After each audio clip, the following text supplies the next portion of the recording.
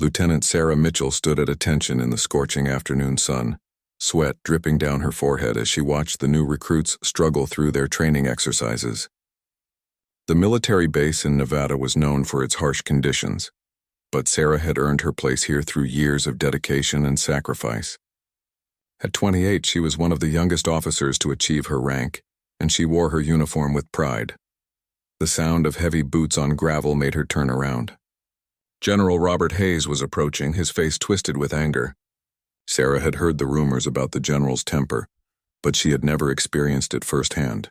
He was a decorated veteran with 30 years of service, respected by many but feared by most. His reputation for being tough on his subordinates was well known throughout the base. "Mitchell!" the general barked, his voice echoing across the training ground. "What do you call this pathetic display?" Sarah looked at the recruits who were clearly struggling but giving their best effort.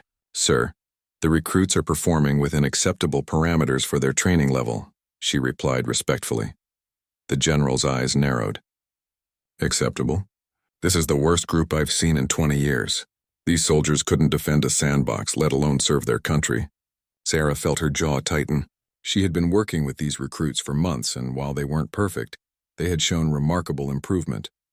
Many of them came from difficult backgrounds and had joined the military seeking a better life. She believed in them even when others didn't. "With respect, sir, these recruits have improved significantly since they arrived. Private Johnson has increased his endurance by 40%, and Corporal Adams has mastered skills that took me twice as long to learn," Sarah said, her voice steady despite the general's intimidating presence. The training ground fell silent. Other officers and recruits stopped what they were doing to watch the confrontation unfold. General Hayes stepped closer to Sarah, his face reddening with each word she spoke. "Are you questioning my judgment, Lieutenant?" he asked, his voice dangerously low. "No, sir. I'm simply providing an accurate assessment of their progress," Sarah replied, maintaining eye contact despite every instinct telling her to look away. The general's hands clenched into fists at his sides. He had built his career on absolute authority and unquestioning obedience. No one challenged him, especially not a young female officer who had been on the base for less than 2 years. "These recruits are a disgrace, and anyone who defends them is equally worthless," he spat. "You're too soft, Mitchell. This is exactly why women don't belong in positions of leadership in the military." Sarah's heart pounded, but she kept her composure. She had faced discrimination before, but never so blatantly from a superior officer.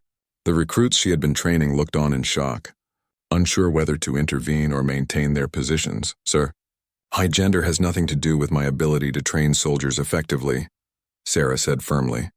The general's face contorted with rage. In that moment, something inside him snapped. Without warning, he reached out and grabbed a handful of Sarah's carefully pinned hair, yanking her head back with brutal force. "You will learn respect, Lieutenant, or you will learn it the hard way," he growled through gritted teeth. Sarah gasped in pain and shock as the general's grip tightened.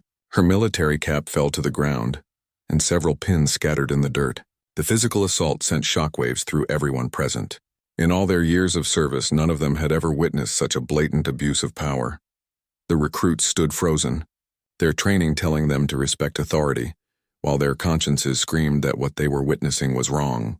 Other officers nearby seemed equally paralyzed, caught between military protocol and basic human decency. Sarah's eyes watered from the pain, but she refused to cry out or show weakness. She had worked too hard to earn her position to let this moment define her. Through the physical pain, she felt a burning determination growing inside her. "Let go of me, sir," she said quietly, her voice steady despite the circumstances. The general held her for several more seconds, as if testing her resolve before finally releasing his grip. Sarah stumbled slightly but quickly regained her footing, her hand instinctively moving to her scalp where several strands of hair had been pulled out. "Clean up this mess and get these pathetic excuses for soldiers ready for inspection in 1 hour, the general commanded before turning and walking away, leaving Sarah standing in the middle of the training ground with dozens of witnesses to his assault. As the general disappeared into the administrative building, the training ground erupted in whispered conversations. Some officers looked away in embarrassment, while others stared at Sarah with a mixture of sympathy and admiration for how she had handled the situation. Sarah bent down to pick up her cap and the scattered pins, her hands trembling slightly from adrenaline. She could feel the eyes of every person on the training ground watching her next move. This moment would define not just her career, but potentially the careers of every woman serving under General Hayes. Private Johnson, one of the recruits she had been defending, started to move toward her, but Sarah held up a hand to stop him. She needed to handle this herself in her own way, according to military protocol and her own moral compass. As she straightened her uniform and replaced her cap, Sarah made a decision that would change everything on the base. She would not let this incident go unreported, regardless of the consequences to her career. Some lines should never be crossed, and the general had just crossed one of the most important ones. The silence in the training ground was deafening as Sarah stood there, trying to process what had just happened.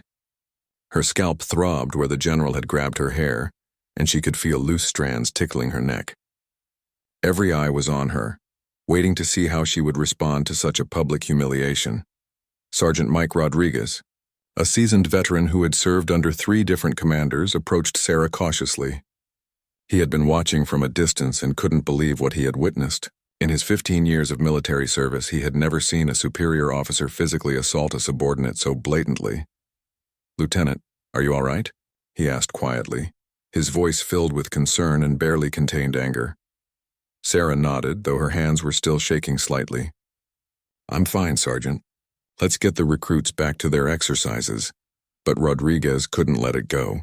"Ma'am, what the general did, that wasn't right. That wasn't military discipline. That was assault." Sarah looked around at the faces surrounding her. The recruits she had been training looked confused and angry.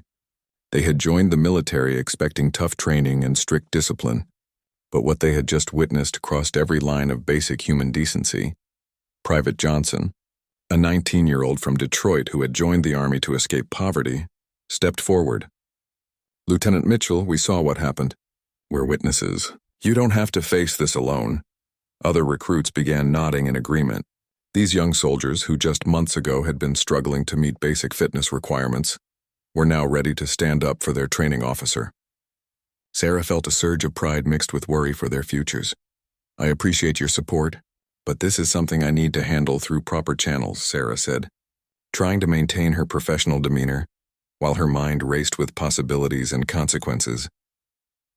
The news of the incident spread through the base like wildfire. By evening, every soldier, officer, and civilian worker had heard some version of what had happened on the training ground. The story grew and changed with each telling, but the core facts remained the same. General Hayes had physically assaulted Lieutenant Mitchell in front of dozens of witnesses. In the women's barracks, Captain Jennifer Walsh found Sarah sitting on her bunk, staring at a formal complaint she'd been trying to write for hours. Jennifer was one of the few female officers on the base who outranked Sarah, and she had become something of a mentor over the past year. "Sarah, I heard what happened," Jennifer said softly, sitting down beside her. "Are you going to file a report?" Sarah looked up from the papers, her eyes red from stress and frustration. "I don't know, Jen. If I report this, it could end my career. Hayes has connections all the way up to the Pentagon. Who's going to believe my word against his?" Jennifer sighed deeply. She had faced her own challenges as a woman in the military, though nothing as severe as what Sarah had experienced. "If you don't report it, he'll do it again. Maybe not to you, but to someone else. Is that something you can live with?" The weight of that responsibility settled heavily on Sarah's shoulders. She thought about the young female recruits who would come through the base in the future, and the message that would be sent if this incident went unchallenged. Meanwhile, in the officers' club, a very different conversation was taking place. Several of Hayes's loyal supporters were discussing how to handle the situation. Colonel Patterson, who had served with Hayes for over a decade, was leading the discussion. "This is being blown out of proportion," Patterson argued. "Hayes is a decorated general with an exemplary record. One moment of lost temper doesn't erase 30 years of distinguished service." But not everyone agreed. Major Thompson, who had witnessed the incident from across the training ground, shook his head. "What I saw wasn't a moment of lost temper, Colonel. It was a calculated act of intimidation and abuse of power." The room fell silent. Thompson was known for his measured approach and careful words. If he was speaking out against Hayes, the situation was more serious than some had realized. "We're talking about ending a man's career over grabbing someone's hair," Patterson continued. "In my day, that would barely qualify as a reprimand." "Your day is over, Colonel," Thompson replied firmly. The military has standards now, and those standards apply to everyone, regardless of rank. As the officers debated, word of the incident had already reached beyond the base. Sarah's sister Maria, a lawyer in Los Angeles, received a tearful phone call that night describing what had happened. "Sarah, you have to report this," Maria insisted. "What he did was assault, plain and simple. If this was a civilian workplace, he'd already be in jail." "But this isn't a civilian workplace," Sarah replied. "The military has its own rules, its own way of handling things. If I make waves, I could lose everything I've worked for." Maria's voice softened with understanding but remained firm with conviction. "And if you don't make waves, how many other women will suffer the same treatment? You didn't work this hard just to protect yourself, Sarah. You worked this hard to make a difference." That conversation echoed in Sarah's mind as she lay awake that night, staring at the ceiling of her small quarters. She thought about her reasons for joining the military in the first place. It wasn't just about serving her country or building a career. It was about proving that women belonged in every aspect of military service, including leadership positions. The next morning brought an unexpected development. As Sarah prepared for her daily briefing, Sergeant Rodriguez knocked on her door with news that would change everything. "Lieutenant, you need to know something," he said urgently. "3 more women have come forward. They're saying Hayes has done similar things to them over the past 2 years. Sarah's heart sank. The revelation that others had suffered in silence made her realize that this wasn't an isolated incident. It was a pattern of behavior that had been allowed to continue because no one had been brave enough to speak up. "Who are they?" Sarah asked. 2 former officers who transferred out last year and Captain Davis from the medical unit. They heard about what happened to you and decided they couldn't stay quiet anymore. The weight of responsibility that Sarah had been feeling doubled in that moment. This was no longer just about her own dignity and career. It was about stopping a predator who had been using his position of power to abuse and intimidate women under his command. As she walked toward the command building to file her formal complaint, Sarah knew there was no turning back. The decision she was about to make would either end her military career or transform the entire culture of the base. Either way, she was ready to face the consequences. Sarah's hands trembled slightly as she held the formal complaint outside Colonel Anderson's office. Colonel Anderson was the base's second-in-command and known for his fair treatment of all personnel.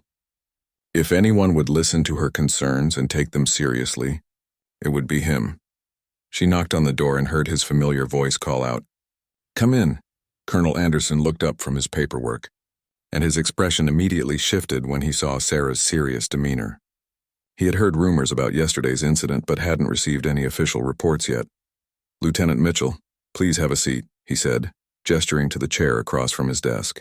"I have a feeling I know why you're here." Sarah sat down and placed the complaint on his desk. "Sir, I'm filing a formal complaint against General Hayes for assault and abuse of power." Anderson picked up the document and began reading, his expression growing more grave with each line. When he finished, he looked up at Sarah with a mixture of admiration and concern.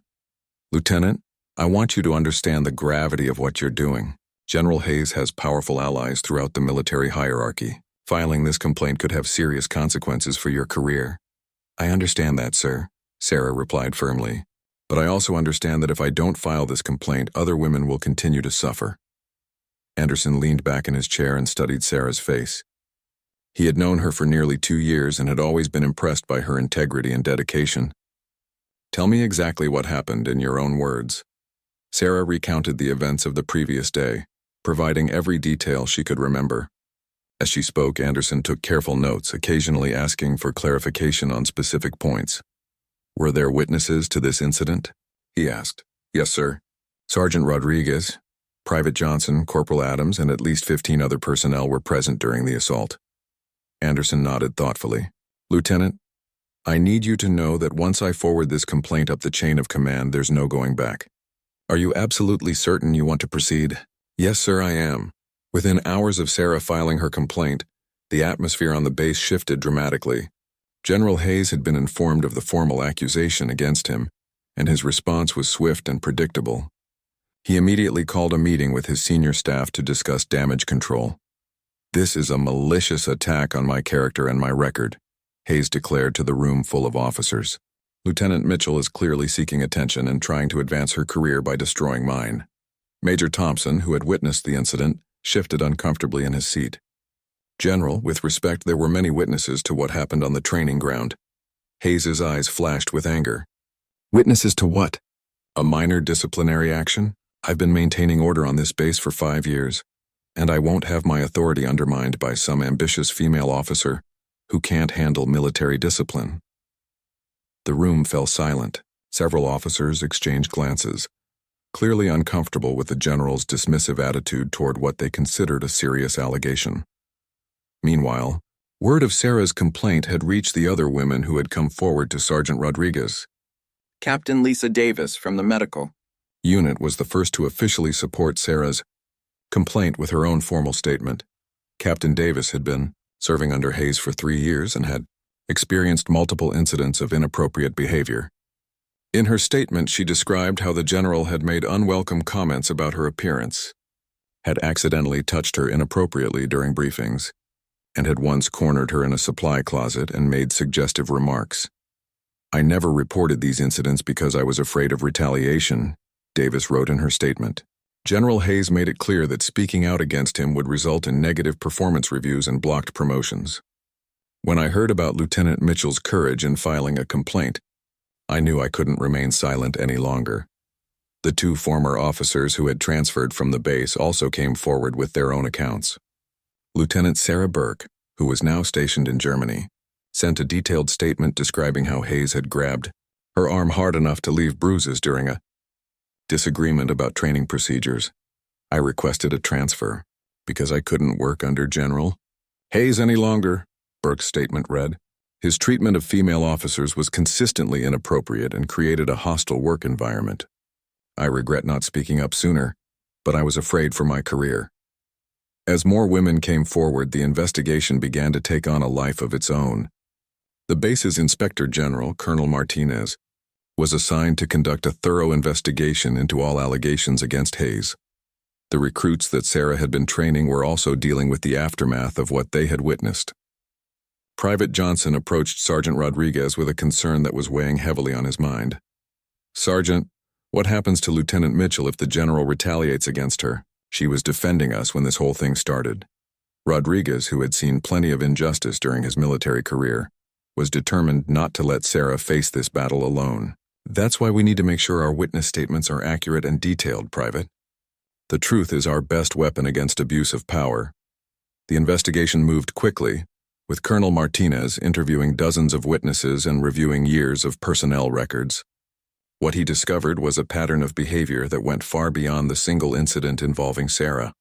Hayes had a documented history of conflicts with female officers, many of whom had requested transfers or left the military entirely. Performance reviews showed a clear bias against women under his command, with consistently lower ratings despite objective measures showing equal or superior performance compared to their male counterparts. As the investigation progressed, support for Sarah began to grow throughout the base. Soldiers who had previously been afraid to speak out started sharing their own stories of witnessing inappropriate behavior from the general. Corporal Maria Santos, who worked in the communications department, came forward with her account of overhearing Hayes making degrading comments about female soldiers during senior staff meetings.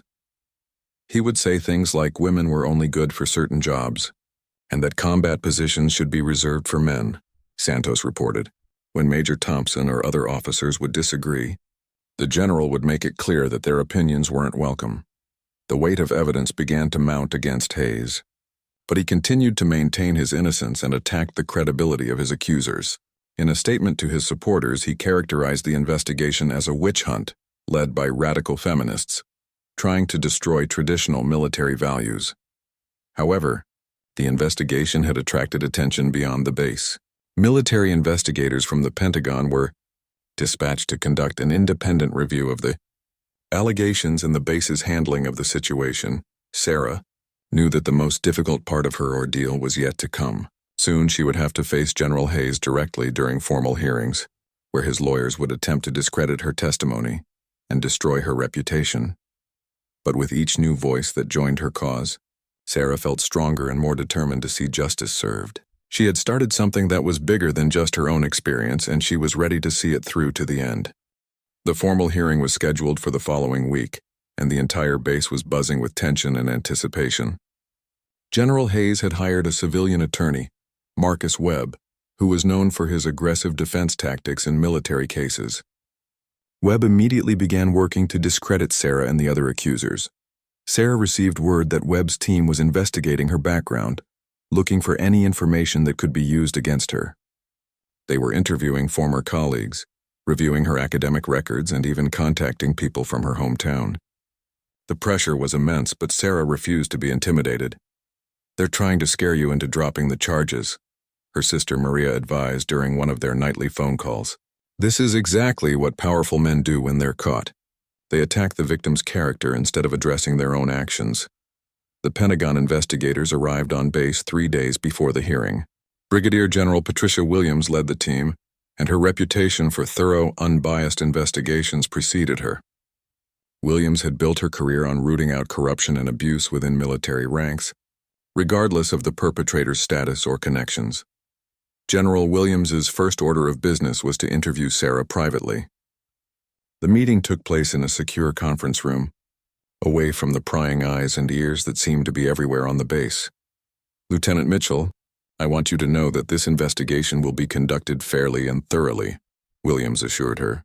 "I've reviewed your service record and it's exemplary. Your superiors consistently rate you as an outstanding officer with strong leadership potential." Sarah felt a wave of relief. For the first time since the incident, someone in authority was treating her with respect and taking her allegations seriously. "Thank you, General. I know this situation is difficult for everyone, but I believe it's necessary to address these issues." Williams nodded approvingly. "Courage isn't just about facing enemy fire, Lieutenant. Sometimes it's about standing up for what's right, even when it's personally costly." The Pentagon team spent the next 2 days interviewing witnesses and reviewing evidence. They spoke with every person who had been present during the hair-pulling incident, as well as the women who had come forward with additional allegations. Sergeant Rodriguez provided a particularly powerful testimony. His 15 years of military experience and unblemished record gave weight to his account of what he had witnessed. "In all my years of service, I've never seen such a blatant abuse of power," Rodriguez testified. "What General Hayes did to Lieutenant Mitchell was assault, plain and simple. If an enlisted soldier had done the same thing to an officer, they would already be in the brig." The investigation also uncovered evidence that Hayes had been systematically retaliating against anyone who questioned his authority. Several officers reported receiving negative performance reviews after disagreeing with the general's decisions or policies. Major Thompson revealed that Hayes had threatened to ruin his career after he spoke up about the inappropriate treatment of female soldiers. "The general told me that if I didn't learn to keep my mouth shut, I would find myself transferred to the most remote posting he could arrange." As the day of the hearing approached, Hayes's attorney Webb attempted one last desperate maneuver. He filed a motion claiming that Sarah was emotionally unstable and seeking attention. After being passed over for a promotion she had never actually applied for, the motion backfired spectacularly when military personnel records showed that Sarah had actually been recommended for early promotion by 3 different superior officers, including Colonel Anderson. The false claim only served to highlight the lengths to which Hayes's defense team was willing to go to discredit his accusers. On the morning of the hearing, Sarah dressed carefully in her dress uniform, ensuring every detail was perfect. She knew that appearance mattered in military proceedings, and she wanted to project confidence and professionalism, despite the turmoil she was feeling inside. The hearing room was packed with officers, enlisted personnel, and military investigators. Hayes sat at the defendant's table with his attorney, his face a mask of controlled anger. When Sarah entered the room, she could feel his eyes boring into her, but she kept her gaze straight ahead. General Williams presided over the hearing as the investigating officer. Her presence alone lent gravity to the proceedings and sent a clear message that the allegations were being taken seriously at the highest levels. Webb's opening statement was a masterclass in victim blaming and character assassination. He painted Sarah as an ambitious officer who was willing to destroy a decorated general's career to advance her own. He claimed that the incident on the training ground was a minor disciplinary action that had been blown out of proportion by a generation of soldiers who couldn't handle traditional military discipline. "General, Hayes is a war hero who has served His country with distinction for 30 years, Webb declared. His record speaks for itself. These allegations are nothing more than a coordinated attack by individuals who want to tear down everything that makes our military strong. When it was time for the prosecution to present its case, the military prosecutor, Major Jennifer Cole, took a different approach entirely. She methodically presented evidence of a pattern of behavior that went far beyond a single incident. This case isn't about one moment of lost temper, Cole explained to the panel. It's about a systematic pattern of abuse, intimidation, and discrimination that has created a hostile environment for female service members under General Hayes's command. The first witness called was Sarah herself. As she walked to the witness stand, she could feel the weight of every eye in the room upon her. This was the moment she had been preparing for, and she was determined to tell her story clearly and truthfully. Under direct examination, Sarah recounted the events of that day on the training ground. Her voice was steady and clear as she described the general's inappropriate comments about women in the military and his physical assault on her person. General, Hayes grabbed my hair and yanked my head back with significant force, Sarah testified. He did this in front of dozens of witnesses as a way to humiliate and intimidate me for defending the recruits under my command. When Webb began his cross-examination, he immediately went on the attack. He questioned Sarah's memory of events, suggested that she had misinterpreted the general's actions, and implied that she was motivated by personal ambition rather than a desire for justice. Isn't it true, Lieutenant, that you've been looking for an opportunity to file a complaint against General Hayes ever since he gave you a less-than-perfect performance review 6 months ago? Webb asked accusingly. Sarah looked directly at him, her voice unwavering. Sir, that review was actually quite positive, and I have never had any personal conflicts with General Hayes prior to the incident in question. My motivation for filing this complaint is to ensure that what happened to me doesn't happen to other female service members. Webb's aggressive tactics seemed to backfire with the panel of officers judging the case. His attempts to portray Sarah as vindictive or unstable only served to highlight her composure and professionalism under pressure. The hearing would continue for several more days, with dozens of witnesses testifying about what they had seen and experienced. But after Sarah's testimony, everyone in the room understood that this case was about much more than one incident between two officers. It was about the future of equality and respect within the military. The second day of the hearing brought devastating testimony from Captain Lisa Davis. As she took the stand, her hands shook slightly, but her voice remained strong and clear. She had served in the military for 8 years and had never filed a complaint against a superior officer before. General Hayes created an environment where female officers were constantly on edge. Davis testified. He would make comments about our appearance during briefings, suggest that we were only qualified for certain types of assignments, and use physical intimidation when we disagreed with his decisions. Davis described a specific incident where Hayes had cornered her in a supply room and made inappropriate sexual comments. He told me that female officers needed to be more friendly if they wanted to advance their careers. When I tried to leave, he blocked the doorway and said that I shouldn't be so uptight. Webb's cross-examination of Davis was brutal. He suggested that she was misremembering events, that she had misinterpreted friendly conversations as harassment, and that she was only coming forward now to support her friend Lieutenant Mitchell. Isn't it convenient, Captain, that you suddenly remember all these incidents only after Lieutenant Mitchell filed her complaint? Webb asked sarcastically. Davis met his gaze directly. Sir, I reported several of these incidents to my immediate supervisor, Major Collins, at the time they occurred. The documentation should be in my personnel file. This revelation sent Webb scrambling through his notes. He clearly hadn't expected documented evidence of previous complaints, and his surprise was visible to everyone in the room. Major Collins was called as the next witness, and his testimony corroborated Davis's account. Captain Davis came to me on 3 separate occasions to report inappropriate behavior by General Hayes. I advised her to document everything and encouraged her to file a formal complaint, but she was concerned about retaliation. Why didn't you report these incidents yourself, Major? The prosecutor asked. Collins looked uncomfortable. I regret not taking stronger action at the time. Captain Davis asked me to keep the information confidential while she decided how to proceed. In hindsight, I should have insisted on an immediate investigation. The testimony continued with Sergeant Rodriguez taking the stand. His account of the hair-pulling incident was detailed and damning. As a seasoned veteran with no personal relationship to any of the parties involved, his testimony carried significant weight with the panel. I've served under tough commanders before, but what I witnessed that day crossed every line of professional conduct. Rodriguez stated firmly, General Hayes didn't just lose his temper. He deliberately humiliated and physically assaulted a fellow officer in front of subordinates. Webb attempted to characterize Rodriguez's testimony as the opinion of an enlisted man who didn't understand the complexities of officer relationships.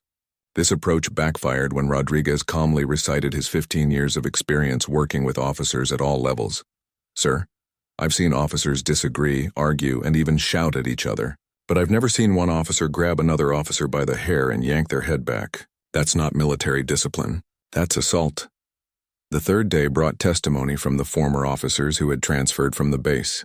Lieutenant Sarah Burke appeared via video link from her current posting in Germany. Her testimony revealed a pattern of behavior that extended back several years.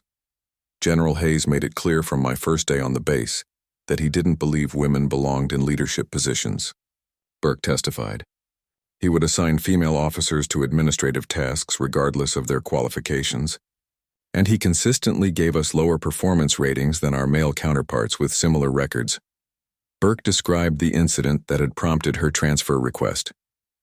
During a staff meeting, I disagreed with one of the general's tactical assessments. After the meeting, he grabbed my arm so hard that it left bruises and told me that I needed to learn my place. The defense attorney tried to discredit Burke's testimony by pointing out that she had waited over a year to come forward. Burke's response was powerful and emotional. I didn't speak up because I was afraid. I had seen what happened to other women who challenged General Hayes. They were marginalized, given poor assignments, and eventually forced to transfer or leave the military entirely. I chose to transfer rather than fight because I thought it was the only way to save my career. The most shocking testimony came from an unexpected source.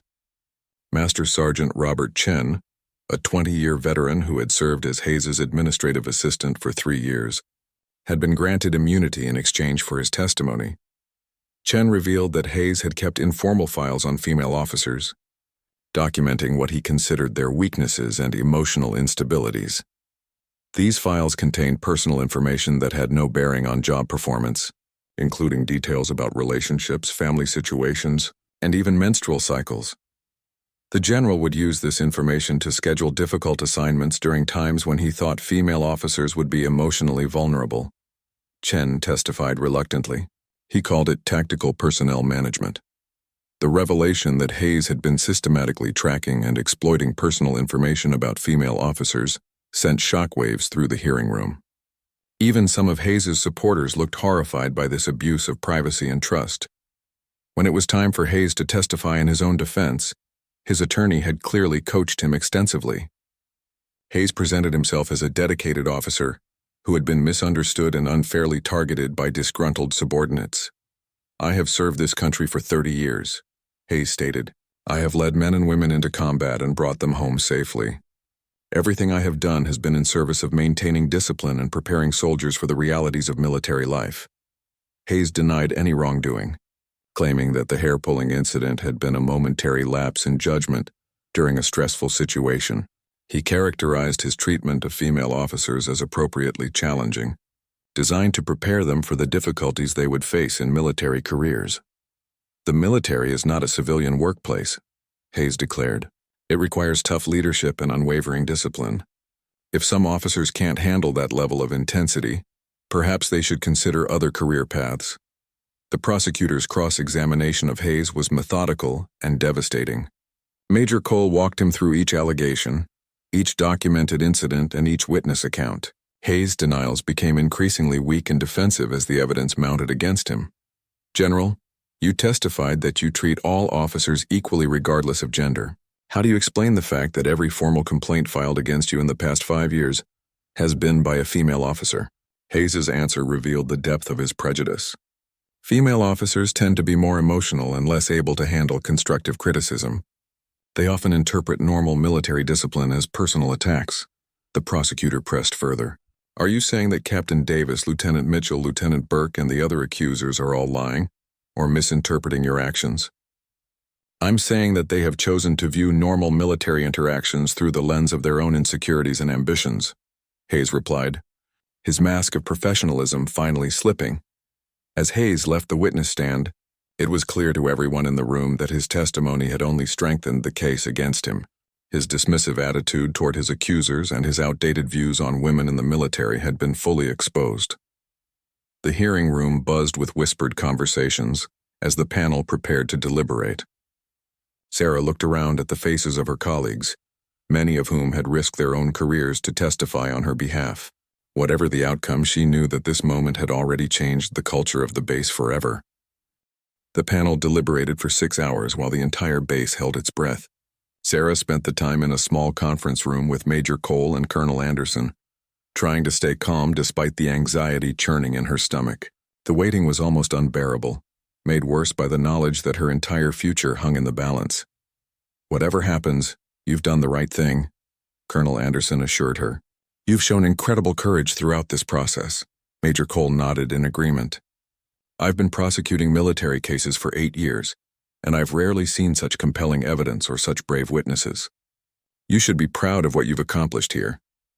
Meanwhile, in another part of the building, General Hayes paced nervously while his attorney reviewed possible appeals processes. Webb was confident they could challenge any adverse ruling, but privately he knew the evidence against his client was overwhelming. The key is to minimize the damage, Webb explained. Even if they find against you on some charges, we can argue for reduced penalties based on your years of service and distinguished record. Hayes wasn't interested in plea bargains or reduced sentences. His pride and ego wouldn't allow him to admit any wrongdoing, even in the face of mounting evidence. When the panel finally returned to announce their decision, the hearing room was packed beyond capacity. Word had spread throughout the base and beyond, with military personnel from other installations following the case closely. This wasn't just about one general and one lieutenant anymore. It had become a symbol of the military's commitment to equality and justice. General Williams stood to read the panel's findings. Her voice was clear and authoritative as she addressed the packed room. After careful consideration of all testimony and evidence presented, this panel finds General Robert Hayes guilty of assault, abuse of power, conduct unbecoming an officer, and creating a hostile work environment for female personnel under his command. The room erupted in gasps and whispered conversations. Sarah felt tears of relief streaming down her face as the weight of months of stress and uncertainty finally lifted from her shoulders. General Williams continued reading the panel's findings. The evidence clearly shows a pattern of discriminatory behavior, sexual harassment, and physical intimidation that is incompatible with military service and leadership. Hayes's face turned red with anger and humiliation as the charges were read. He had expected his rank and connections to protect him, but the evidence had been too overwhelming to ignore. The panel's recommended punishment was severe: immediate removal from command, reduction in rank to colonel, and mandatory retirement from military service. Additionally, Hayes would forfeit a significant portion of his retirement benefits and be barred from any future government employment. This panel also recommends a comprehensive review of policies and procedures at this installation to ensure that such behavior is never tolerated again, Williams announced. As the hearing concluded, Hayes's supporters looked stunned and defeated. Many had believed that the allegations were exaggerated, or that Hayes's record would protect him from serious consequences. The reality of his conviction forced them to confront their own complicity in maintaining a culture that had enabled his behavior. Sarah was surrounded by well-wishers and supporters as she left the hearing room. Sergeant Rodriguez was the first to reach her, his weathered face showing a rare smile. "Justice was served today, Lieutenant. You should be proud of what you've accomplished." The recruits she had been training were waiting outside the building, having received permission to attend the conclusion of the proceedings. Private Johnson stepped forward as their spokesman. "Lieutenant Mitchell, we want you to know that we're honored to have trained under you. You showed us what real courage looks like." The impact of the verdict rippled far beyond the base. Within hours, military news outlets were reporting on the case, and it became a landmark precedent for how sexual harassment and abuse of power would be handled in the armed forces. Sarah's sister Maria called that evening, her voice filled with pride and emotion. "You did it, Sarah. You actually did it. Do you realize how many women you've helped by standing up to him?" The victory, however, came with unexpected challenges. Sarah received death threats from Hayes' supporters who blamed her for destroying a decorated officer's career. The base commander assigned additional security to protect her, and she was advised to vary her daily routines. More concerning were the subtle forms of retaliation from some of Hayes' allies who remained on the base.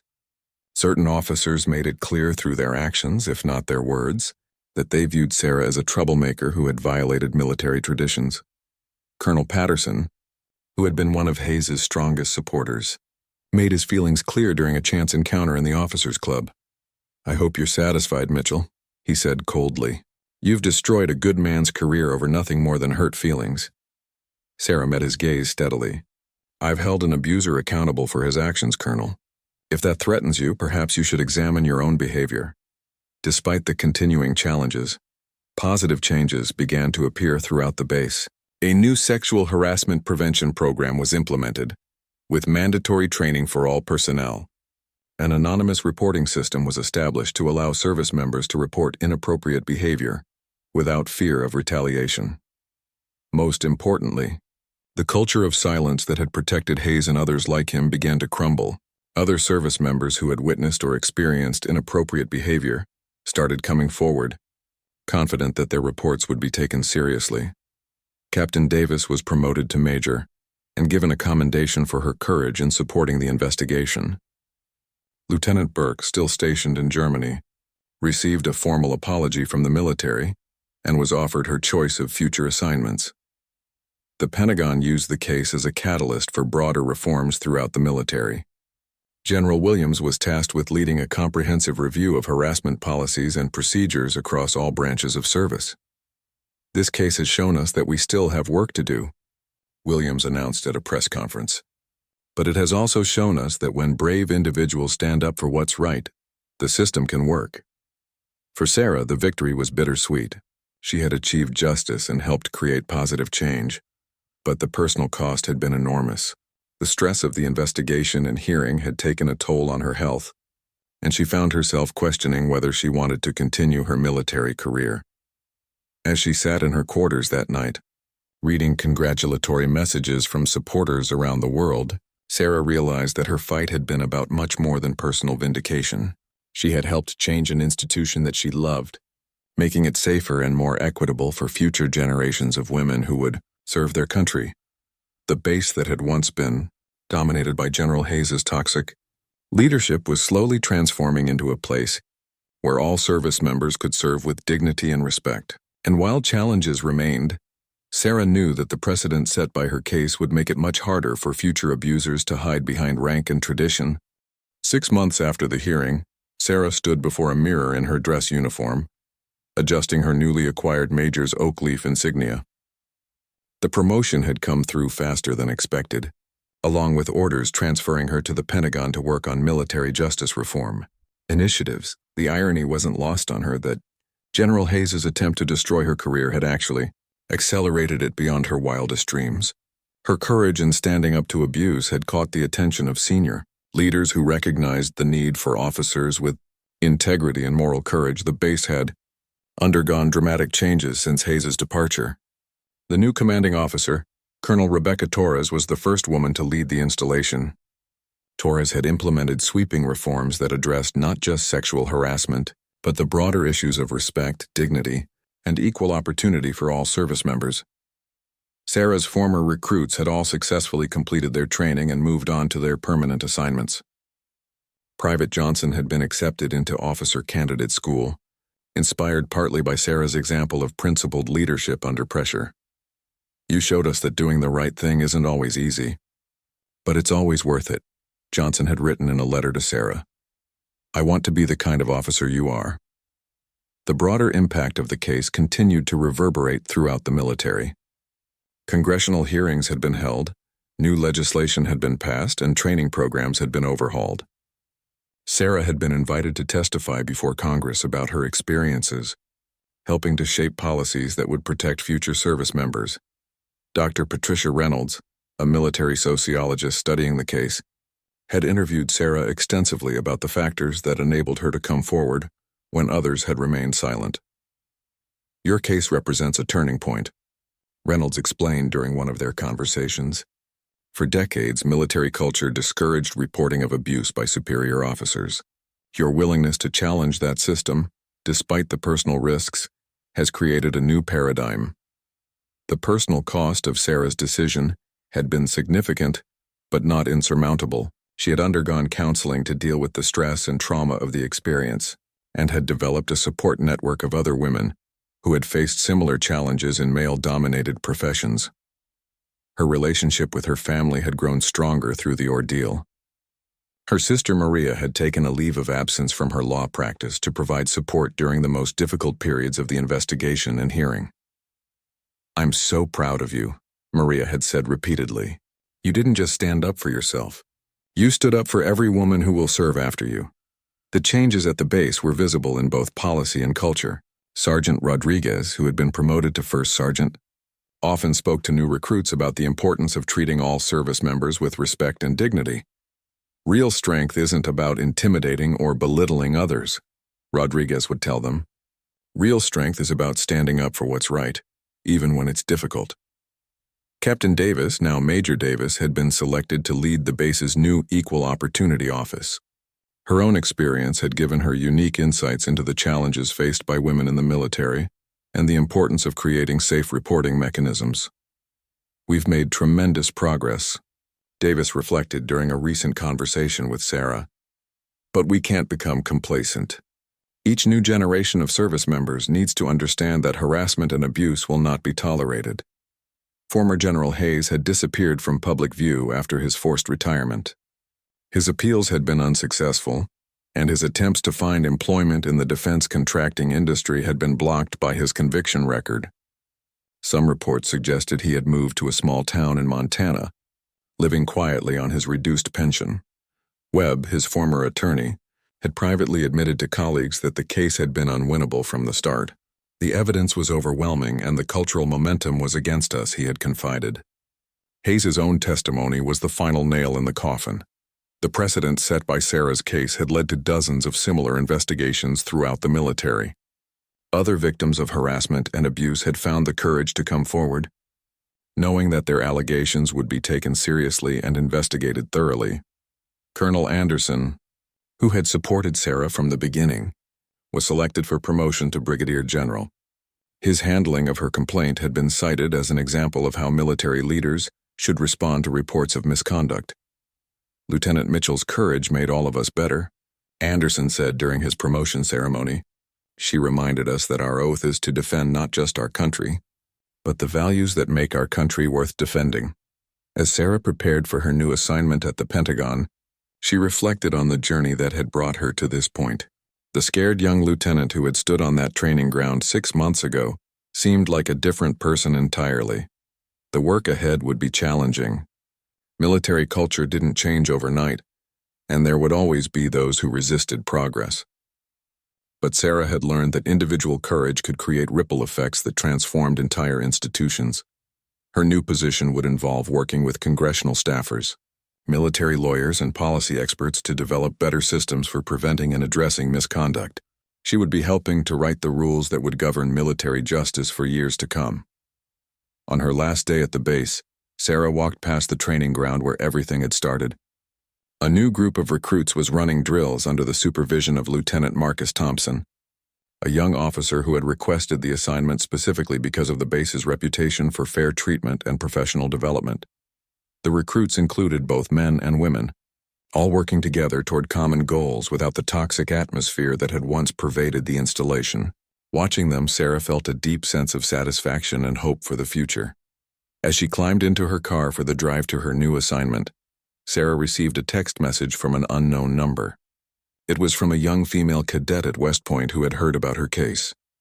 "Thank you for showing us that we belong here, and that we don't have to accept inappropriate treatment," the message read. "Because of you, I know I can serve with dignity and demand the respect I deserve." Sarah smiled as she started her car and drove toward her future. The general had pulled her by the hair in an attempt to humiliate and intimidate her. Instead, he had awakened a force for change that would protect countless others who would follow in her footsteps. The whole base had indeed been left in shock, but not in the way General Hayes had intended. They had been shocked by the courage of one woman who refused to be silenced, and inspired by the possibility of creating a military where everyone could serve with honor, respect, and dignity. As Sarah drove toward Washington in her new role in shaping military policy, she carried with her the knowledge that sometimes the most important battles are fought not against foreign enemies, but against the injustices within our own institutions. And sometimes victory comes not through violence or intimidation, but through the simple act of standing up and saying, "This is wrong, and it has to stop."